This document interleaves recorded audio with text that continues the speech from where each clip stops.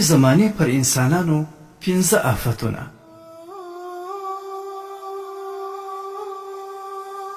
حضرت عبدالله بن عمر رضی الله تعالی عنہ فرمایي چې یو وخت رسول الله صلی الله علیه وسلم موږ ته خطبه راکوله.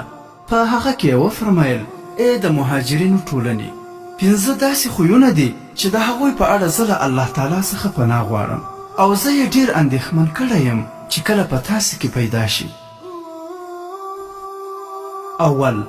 اول دا چې کله په یوه قوم کې بېحیایي خپره شي نو پر هغوی طاعون، وبا او داسې نوي او رنګارنګ ناروغیانې مسلطه کیږي چې د دوی پلرونو او نیکونو یې بیخي نوم نه و اورېدلی.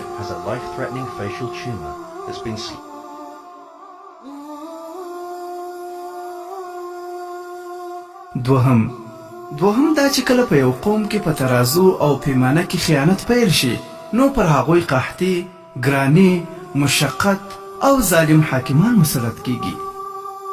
د ترازو او پیمانې مفهوم ډیر وسیع دی. دا هم د پیمانې خیانت دی چې دوهم نمبر مال د اول نمبر مال په نوم خرڅیږي.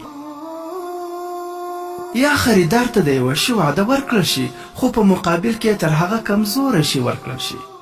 یا مثلا پر یو ټیټ معیاره شي باندې د لوړ معیاره شي مهر ولګول شي. خلکو ته دا په فکر کې ورکول کیږي چې د دې معیار د هغه بل په څیر لوړ دی او داسې نور په سلګونو خیانتونه چې کله دوی داسې خیانتونه شروع کړي نو پر هغوی قحطي، ګراني، مشقت او ظالم باچاهان مسلط کیږي. دریم خوی رسول الله صلی الله علیه وسلم دا وفرمایه چې کله په یو قوم کې زکات نه ورکول کیږي پر هغوی الله تعالی باران بندوي.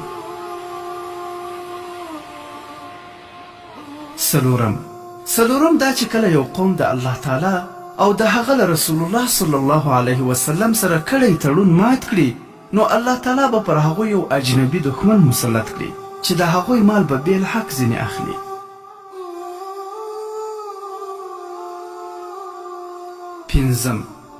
پنځم دا چې کله د واک او قدرت څښتنان د قرآن کریم پر قانون فیصله نه کوي او د الله تعالی لخوا له نازل کړو احکامو سره مینه او محبت نه لري نو الله تعالی به د هغوی په منځ کې نفرت او جنګ جګړې واچوي. کتاب افضل الحکایات